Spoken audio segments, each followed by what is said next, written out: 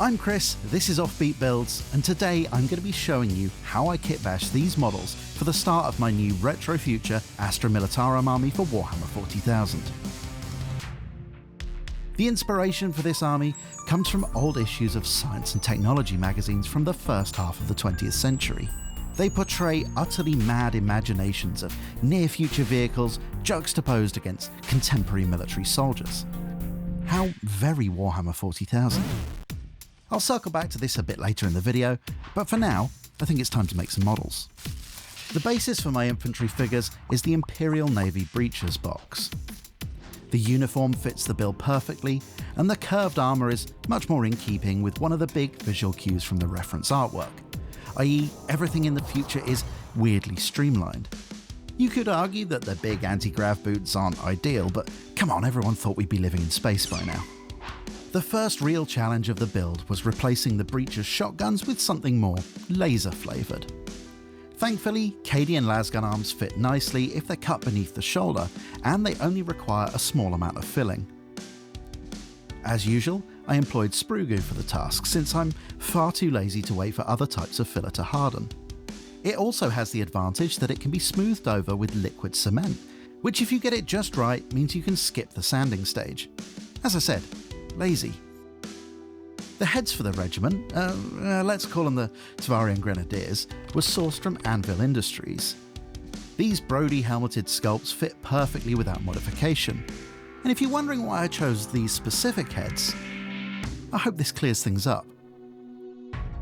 I thought I should probably make a heavy weapons team, and the most straightforward option I could think of was to chop up the Navy gunner models multi-laser and graft on some heavy bolter bits.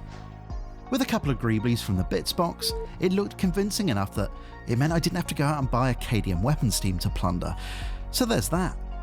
As a quick aside, if you ever find you've got moulding seams on a delicate part like this, you can try removing them with a bit of liquid cement. It eats away at the thin seam before doing any damage to the part itself, which is handy. To make assembly a bit easier, I popped the gunner model onto a regular base, before giving him the wondrous gift of arms, arguably one of the better gifts. And with the addition of one of those nice Brody helmeted heads, this time with a gas mask, the model was complete. And here's a quick look at the finished infantry squad. Now, I could tell you how I painted them, or we could do a tank.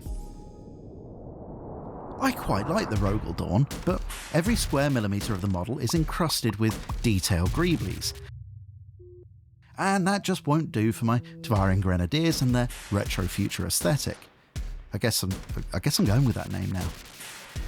The vehicles displayed in those old magazine covers had beautiful, smooth lines, uninterrupted by extraneous detail. So, this Rogal Dorn build would be an exercise in cutting back all of that gothic excess, and filling in the blanks.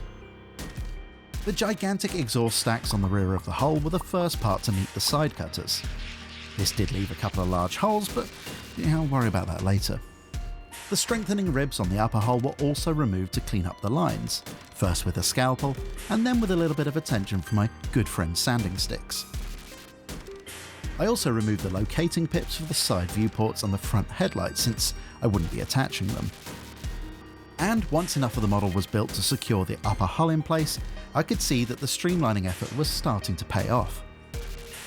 For the most part, the turret went together as instructed by the instructions. Well, I assume it did because I never really bothered looking at them. Free spirit me. I did hack off these mounting points and this targeting box thing, since they were messing with the feng shui of the turret, before turning my attention to the mantlet. Not to be confused with manlet, which, as we all know, is an omelette made from man eggs. The Rogal Dorn mantlet is preposterously tall. Now, I don't really like to criticise models, but it's kind of the tank equivalent of a stovepipe hat.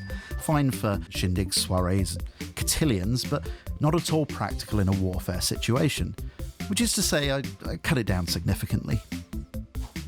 I left the guns as is because I linger under the delusion that I might actually play a game with my toy soldiers at some point soon, and keeping things readily identifiable for your opponent is the right thing to do. The other right thing to do was remove the little gothic arch-shaped greeblies from the bottom of the tank guards. I'm not really sure what they're supposed to represent, but whatever the case, they're messing with the lines, so they had to go. Next up, I modified the rooftop antenna array. Not for any aesthetic consideration, but because my history with plastic antennas on models is long and destructive. So out with the styrene and in with some nice copper rod. Rather than trying to patch the holes in the rear hull, I made a new armour plate from 1mm styrene sheet, glued on a couple of tow hooks, and prepared myself mentally for the upcoming nail art rivet montage.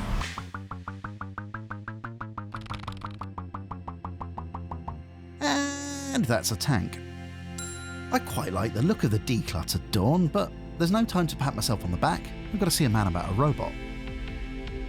There used to be robots all over the place in the Warhammer 40,000 universe, and that's all the justification I need to make a robot sentinel from a Castellan.